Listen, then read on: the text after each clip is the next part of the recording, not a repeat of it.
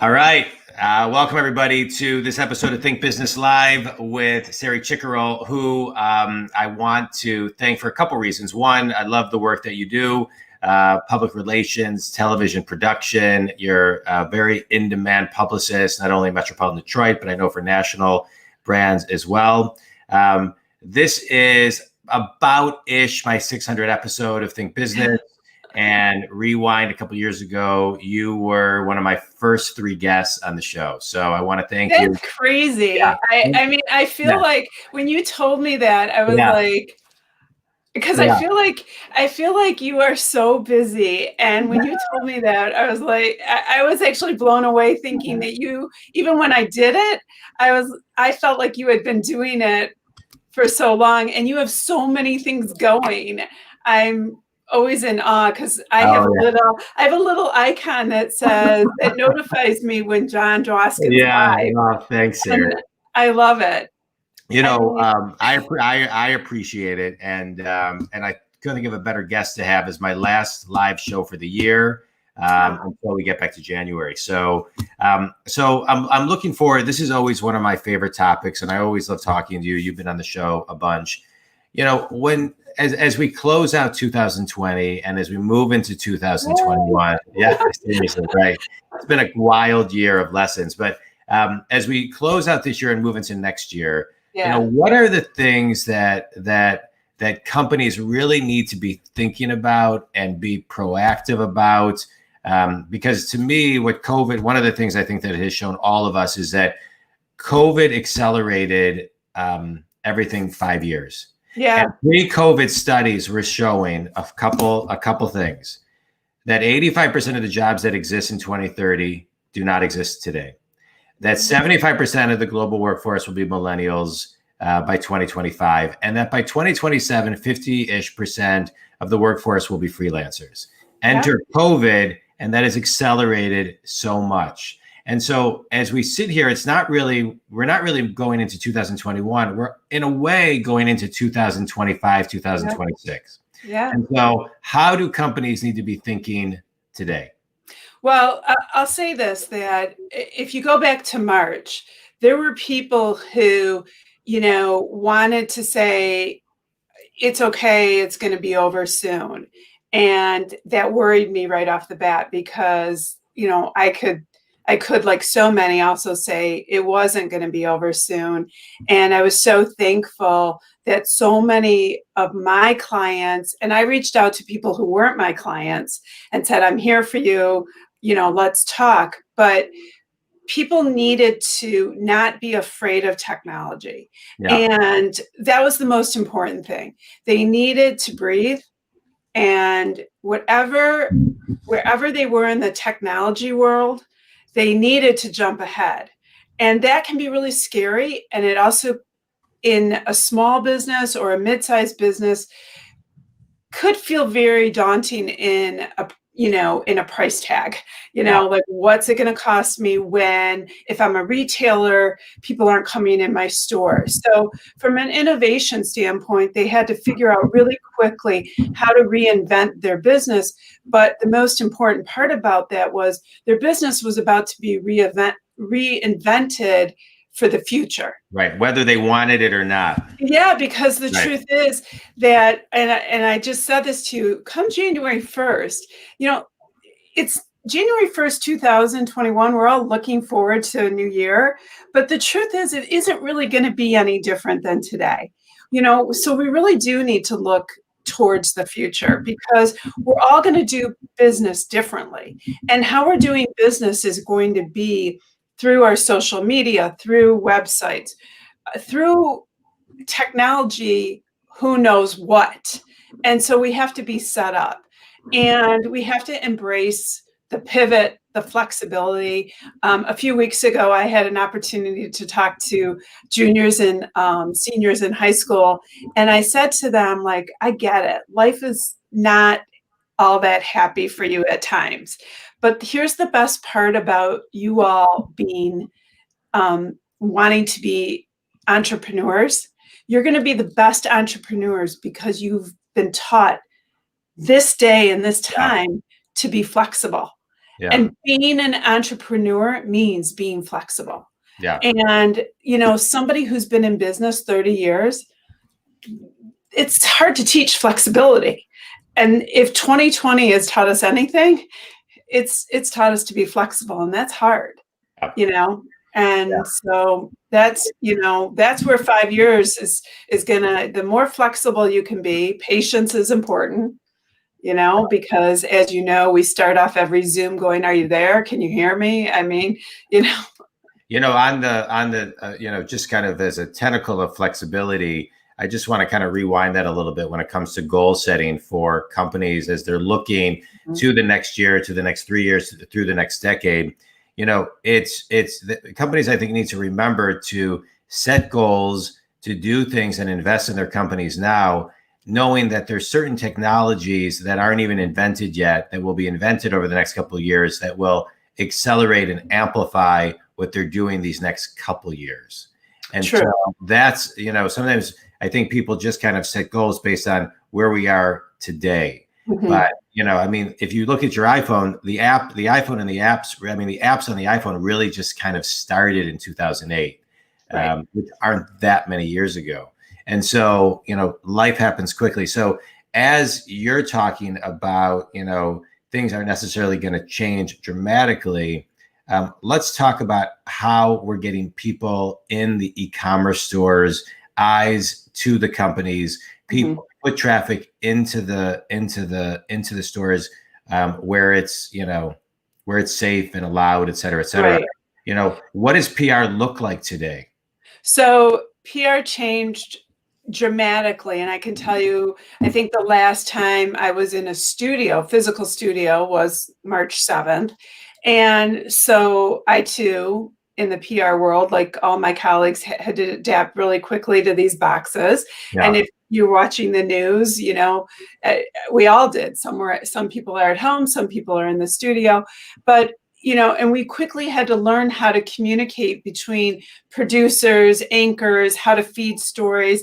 But more importantly, I had to quickly teach my clients how to do their segments, how to message what they do from a box. Yeah. And that box, and that's not going to change. And why I feel it's not going to change is it's working. It may not be the best, it may not be what everybody wants, but it is working and keeping people safe. So that's the media right now. And eventually maybe we'll be back in the studio, and if we're back in a studio, then it will look like that. But the truth of the matter is, when you talk about e-commerce, what I like to do with my clients is we talk about a strategy. And you're right. So we do talk about goals, for today, but I don't want to talk about the goals of today. We want to talk about long range, and part of PR and marketing is sales driven. I mean, the idea is, whatever we do, we want to generate sales, or we want to generate, eyes to whatever, if it's a product,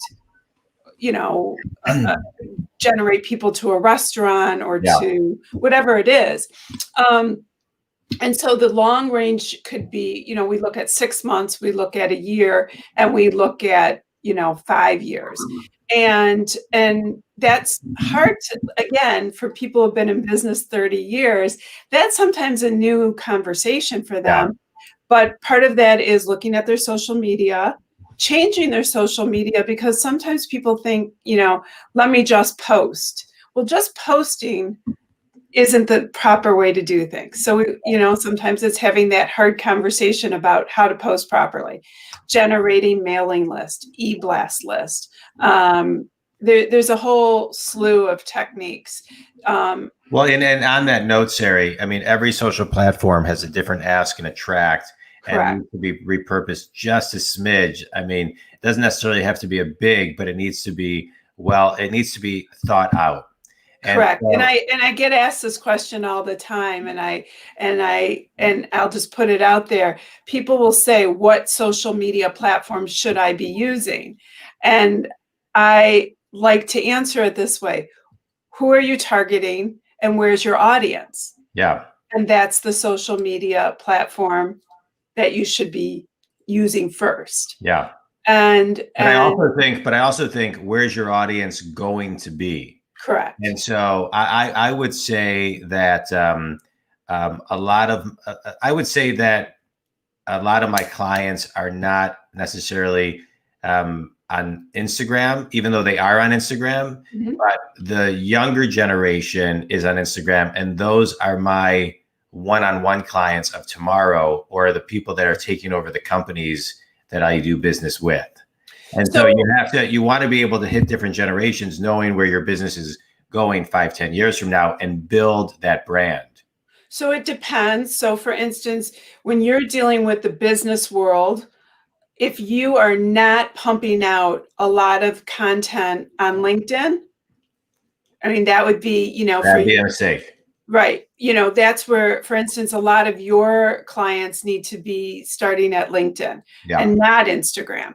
A lot of my clients who are in retail, restaurant, I would say their first platform is probably Instagram. So that's where, you can't guess. You actually have to have the strategy.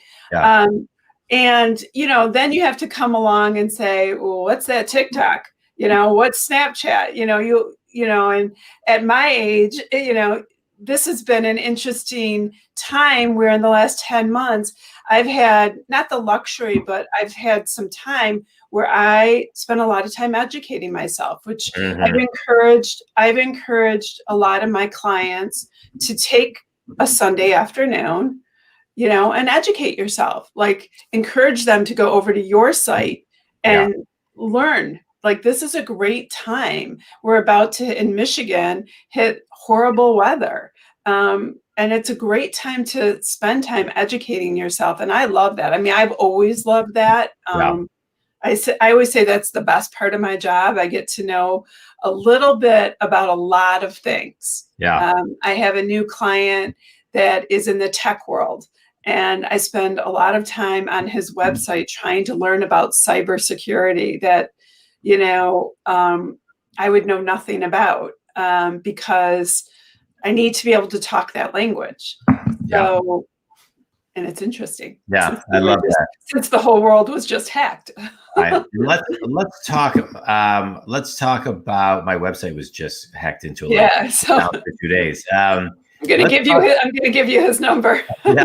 Let's talk a little bit about consistency, because I think there's a lot of people who think they don't need PR, marketing and branding, or communications.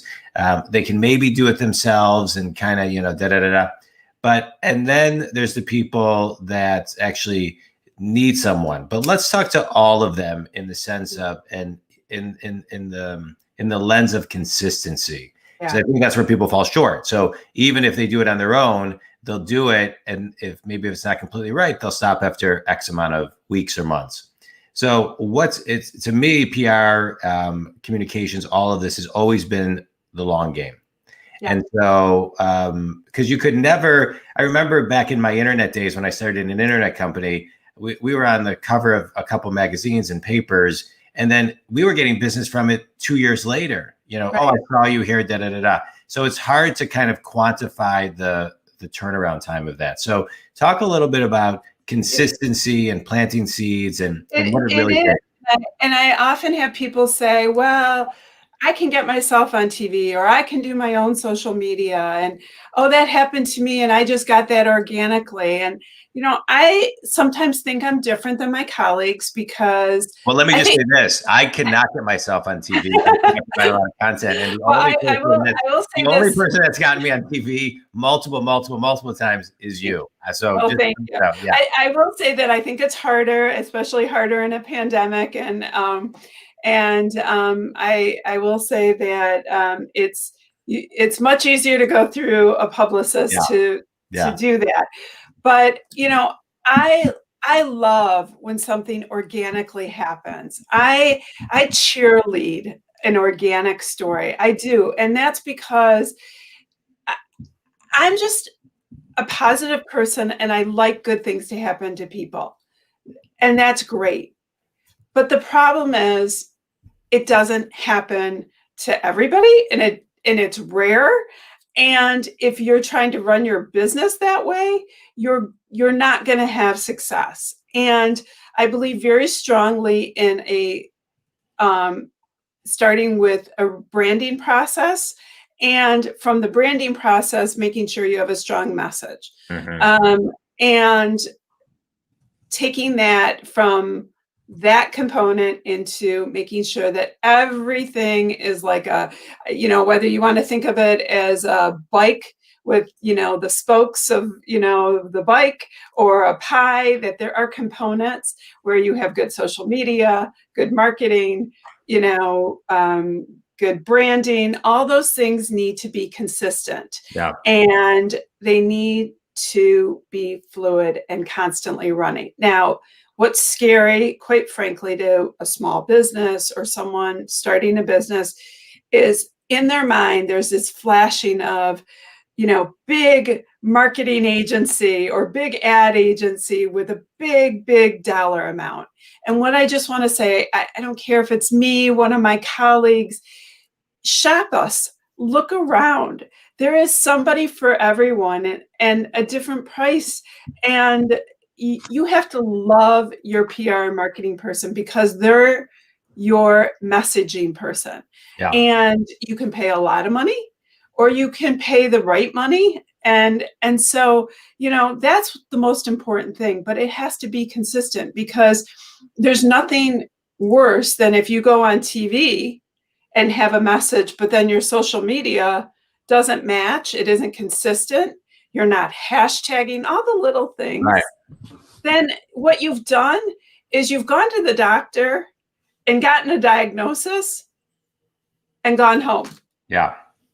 Not taken the medicine, not filled the prescription. I mean, you've just sort of know what's wrong with you and done nothing about it. Yeah. And I guess the other thing, and most people know this about me, is don't be your own doctor. I mean, use an expert. If you're going to go to the trouble to start a business, invest in your business, then use an expert to help you. Yeah. And that's why you have a business coach. That's why you have finance people. That's why you use marketing and PR people. It doesn't mean that they need to be with you every day of your life, all the time. I tell my clients all the time, I'm here to get you going. And sometimes then I let you go for a little while, and then we come back together. I mean, it's just that we want to keep you on the track. Yeah. Yeah. Well said. Well said. I think that's really important. I think a lot of times people view things as an expense and not an investment. Correct. And there's so many things out there, right? There's PR, there's branding, there's marketing, there's business coaches, there's SEO, there's so many different things. But to me, first and foremost, you want to get people understanding and hearing your very clear and concise message. Mm-hmm. You need to kind of define what that is. And then you need the right person telling that story, because an interview on channel 2, 4, or 7 goes a long way. Still today, right? I mean, still today, from a credibility, right? So you have. I was so thrilled. Early this morning, I put a brand new client on TV, and right after, her phone rang and people were buying the product. And I mean, this smile right now is because of that. I mean, nothing makes me happier than that. Now, there's no guarantees. I say it all the time. It's hard work. Yeah. It's hard work on my end. It's hard work on my client's end, and everybody's got to be willing to do the work. Yeah. But absolutely. And, that producer is going to get a thank you note from me this morning, thanking them for the segment. And, my client worked hard. But her message was very clear. And it was so clear that right after, her phones rang with people buying, booking an appointment and buying the product. And, we work really hard on that message, but her message is very clear on her website through to her social media. Yeah. I just want to say this too, because I think it's really important. And I think this may frame for people who listen, you have credentials and then you have credibility.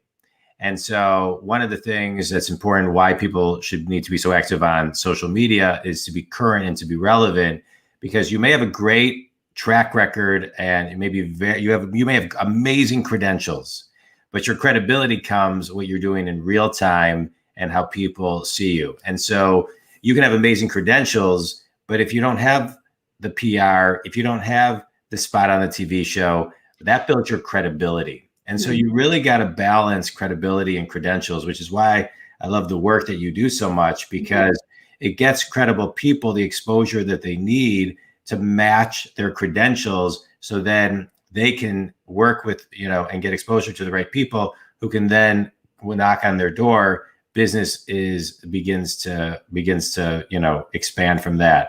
I want to talk a little bit about, I will just say thank you for that. And if I didn't say right after that, I happen to, and my clients know this, they are family. I adore my clients. I kick their butts. They know that too. They work hard. So I adore my clients. That's great. Talk to me a little bit about the small businesses, right? We're all kind of talking as much as we can. I've talked about it a couple of times on this show, the importance of remembering to shop local. It's hard sometimes with Amazon and not being able to go out like you normally would, shop and buy things, etc. But talk a little bit about, before we move into a speed round, how people can raise their level of consciousness and remember to shop local.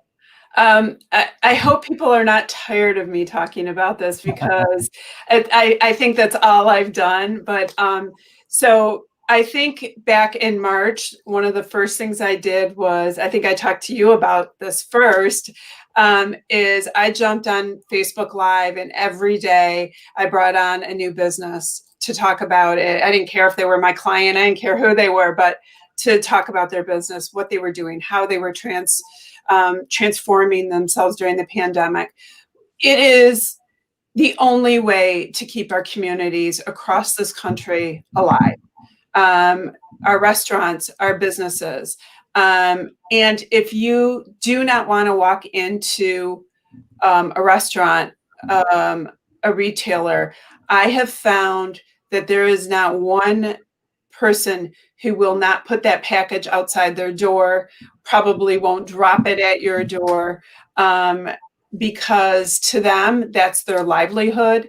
From many of them, it's their family. And it is been my number one passion. I came from a family business.